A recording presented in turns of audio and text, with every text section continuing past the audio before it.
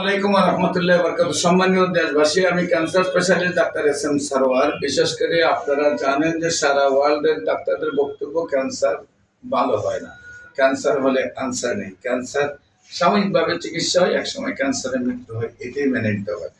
এরকমই একজন ক্যান্সার রোগীর গল্প আমরা আপনাদেরকে শোনাবো, যিনি সম্পূর্ণরূপে সুস্থ হয়েছেন। আমরা এর আগে আপনাদেরকে ক্যামেরাটার রিপোর্টের মধ্যে ধরার জন্য আমরা বলবো। এটা হলো প্রথম ওনার ক্যান্সার রিপোর্টটা ছিল 41.8। হ্যাঁ, এটা হলো আমাদের চিকিৎসার আগে পেপারস, আল্লাহ রসের সহমতে এগুলো সবই ওনার পেপারস। তো বিশেষ করে আমি শুধু একটা পেপারস আপনাকে দেখাচ্ছি। এখন ওইটার মধ্যে যেভাবে দাগ দেওয়া আছে ঠিক এটার মধ্যে আমরা দাগ দিয়ে দিচ্ছি। রিপোর্টটা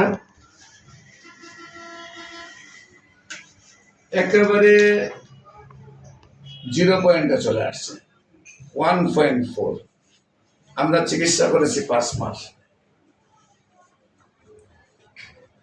যেখানে এতগুলি চিকিৎসার পরেও রিপোর্ট ভালো আসে নাই। আল্লাহ রসের সহমতে আমরা প্রত্যেকটা রিপোর্টে সম্পূর্ণরূপে ভালো আসছে।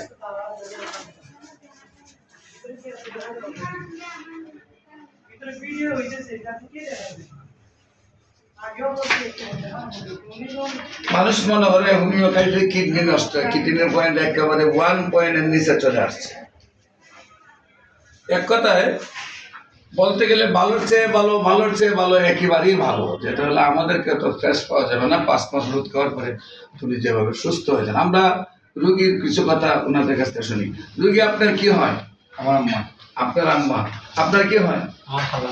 আপনার খালা। আপনার নাম কি? সাইফুর রহমান শিবলু। সাইফুর রহমান শিবলু। আপনার মায়ের নাম? রিনা রহমান। রিনা রহমান। উনি তো রুগী। জি জি। আপনার আপুর নাম কি? লুৎফুর রহমান। লুৎফুর রহমান। আপনার গ্রাম? বার্তকলা সিলেট। বার্তকলা। Post office? সদর।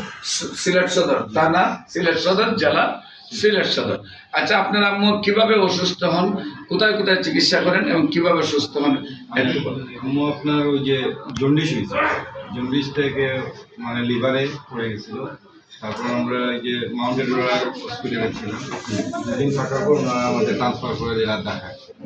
তখন ঢাকায় যাওয়ার পরে আমরা ওই যে মোহাম্মদ উনি বললো যে অপারেশন লাগবে, আর ওনার জন্ডিসটা বেশি। আর উনিও এতটাই যে গুরুতর ছিল যে মানে হার্টের কন্ডিশন ভালো ছিল না, অনেক কিছু ভালো ছিল না। তারপর অপারেশন করতে অনেক ভয় পাচ্ছিল। তারপর আমার